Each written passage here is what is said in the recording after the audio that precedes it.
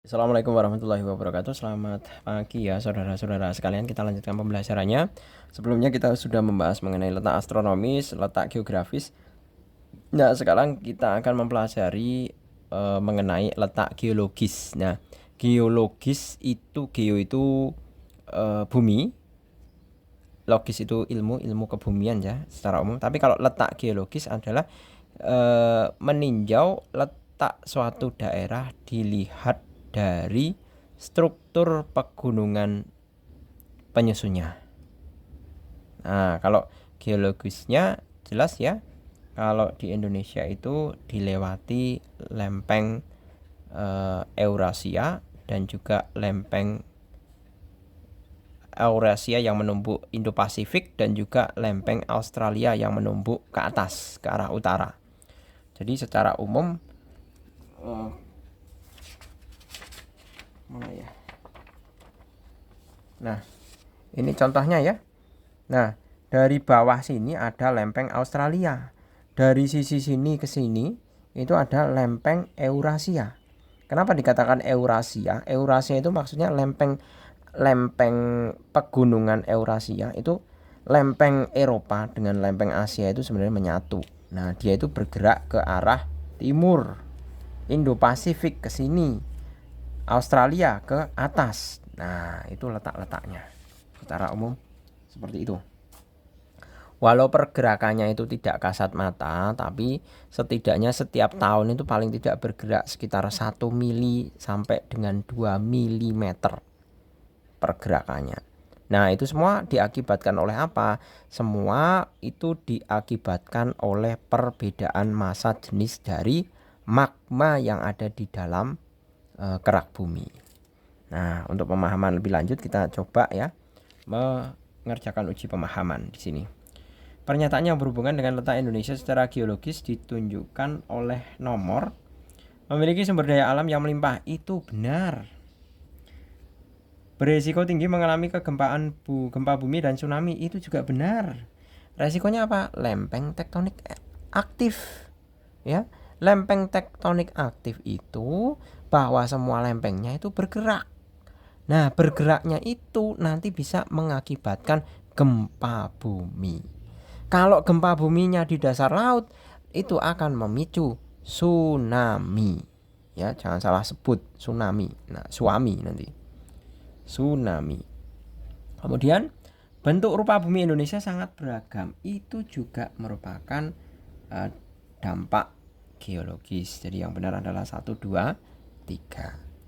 Selanjutnya nomor 2. Perhatikan pernyataan-pernyataan berikut.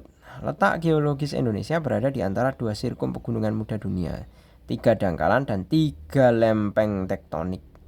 Pengaruh kondisi tersebut terhadap wilayah Indonesia ditunjukkan oleh nomor apa ini?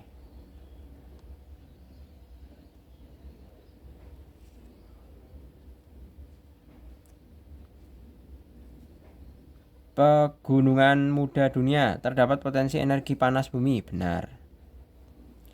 Mempengaruhi persebaran flora dan fauna Indonesia, benar. Karena ada 3 daerah pembagian flora fauna ya, yang dibatasi masing-masing oleh garis Weber dan garis Wallace. Jadi ada fauna flora tipe barat, tipe peralihan, dan tipe timur. Nah, tentunya dari berbagai macam variasi bentuk sirkum pegunungan, dangkalan dan juga lempeng itu mengakibatkan bentuk topografinya itu beragam. Jadi di Indonesia itu ada pegunungan, ada gunung, ada dataran rendah, ada pesisir, ada lautan. Di NTT NTB itu di sana ada sabana dan stepa, ya kan? Ada ngarai, jurang, palung, semuanya ada. Ya. Berbeda seperti halnya di Timur Tengah. Kalau di Timur Tengah seperti halnya Irak, Arab Saudi, yang kita jumpai hanya padang pasir. Nah, berarti menunjukkan bahwa letak geologis Indonesia itu memberikan kontribusi terhadap variasi atau keanekaragaman topografi juga. Seperti itu. Jadi jawabannya adalah yang A. Kalau lahan hutan hujan tropis itu lebih diakibatkan karena letak astronomisnya, karena dia berada pada lintang rendah. Jadi tidak termasuk daerah tropis. Nah, lanjut ke yang soal ke berapa ini? Ketiga dan keempat. Nah, ini silahkan dicermati ya. Di sini ada peta persebaran gunung api. Nah, status gunung api. Semua pulau ada kecuali Kalimantan dan Papua. Papua sama Kalimantan itu tidak ada gunung berapinya. Bahkan Sulawesi itu juga tidak ada ya, hanya satu di atas ini ya. Gunung Soputan dan Gunung Lokon. Seperti itu. Kita cross check di sini. Berdasarkan stimulus tersebut, apakah Anda setuju jika pemerintah Indonesia mengembangkan teknologi dan ilmu pengetahuan untuk meminimalkan resiko bencana gunung meletus? Nah, tentu setuju. Ya, setuju. Alasannya apa? Alasannya ya tentu karena di Indonesia itu banyak sekali gunung berapi yang aktif, yang memiliki kemungkinan untuk meletus. Manakala meletus itu kan merupakan suatu kategori bencana alam yang butuh penanggulangan kalau misalkan sudah meletus. Tapi sekiranya mungkin kita kan harus istilahnya memitigasi atau jaga-jaga. Kita sudah tahu kalau kita itu hidup di dalam kompor, di atas kompor maksud saya. Jadi di bawah tanah kita itu sebenarnya api ya. Istilah maksudnya saya pakai konotasi ya, seolah-olah kita itu hidup di atas kompor. Nah, kalau sudah tahu kita hidup di atas kompor, kompor itu panas, sewaktu-waktu bisa meledak. Nah, kita harus siap sedia, yaitu dengan cara misalkan membuat kurikulum kebencanaan, mitigasi bencana diajarkan di sekolah-sekolah. Nah, itu salah satu contoh cara untuk mempersiapkan bagaimana penanggulangan kejadian bencana. Kalau dalam konteks pertanyaan ini adalah gunung berapi, sebelum gunung berapi meletus, saat gunung berapi meletus, dan sesudah gunung berapi meletus. Lanjut nomor 4. Menurut Anda, manakah wilayah yang harus memiliki tingkat kewaspadaan tinggi terhadap bencana gunung meletus? Tentunya wilayah kewaspadaannya itu kan dibagi menjadi level ya, status kewaspadaan itu. Nah, kalau berdasarkan di sini yang memiliki tingkat kewaspadaan tinggi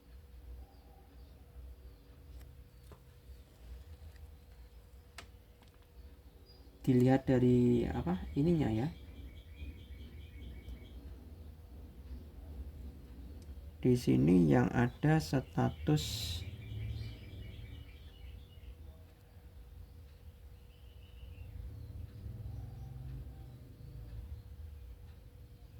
level 2, 3, dan 4.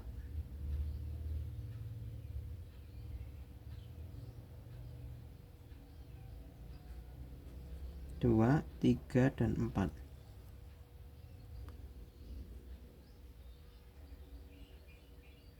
Ini level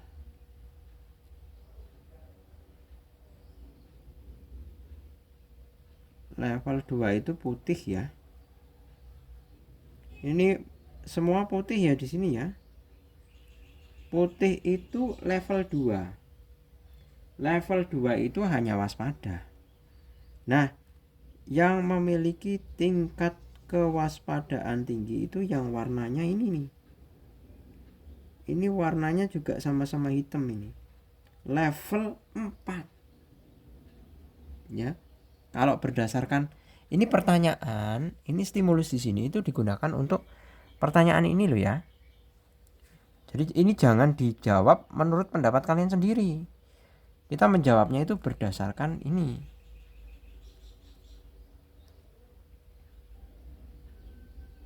Jadi kalau di Jawa ini kan semuanya levelnya waspada. Ini nggak ada yang nggak ada yang berbahaya. Tapi kalau sudah level hitam seperti ini, kalau ini level hitam ini, hitam itu hanya di Gunung Sinabung, ya. Jadi kalau menurut Anda manakah wilayah yang harus memiliki tingkat kewaspadaan tinggi terhadap bencana gunung meletus tersebut? Jelaskan alasannya. Yaitu wilayah Sumatera.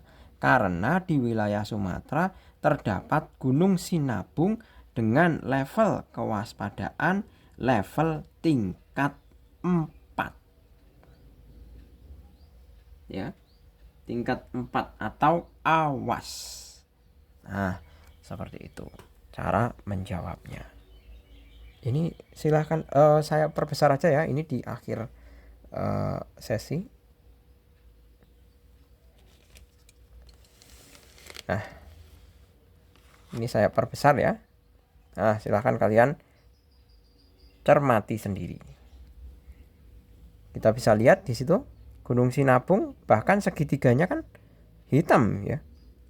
Kalau hitam kan sesuai ini level kewaspadaan 4 dibandingkan dengan Gunung Soputan di sini. Soputan. Nah, ini kan agak lebih terang. Ini lebih terang juga.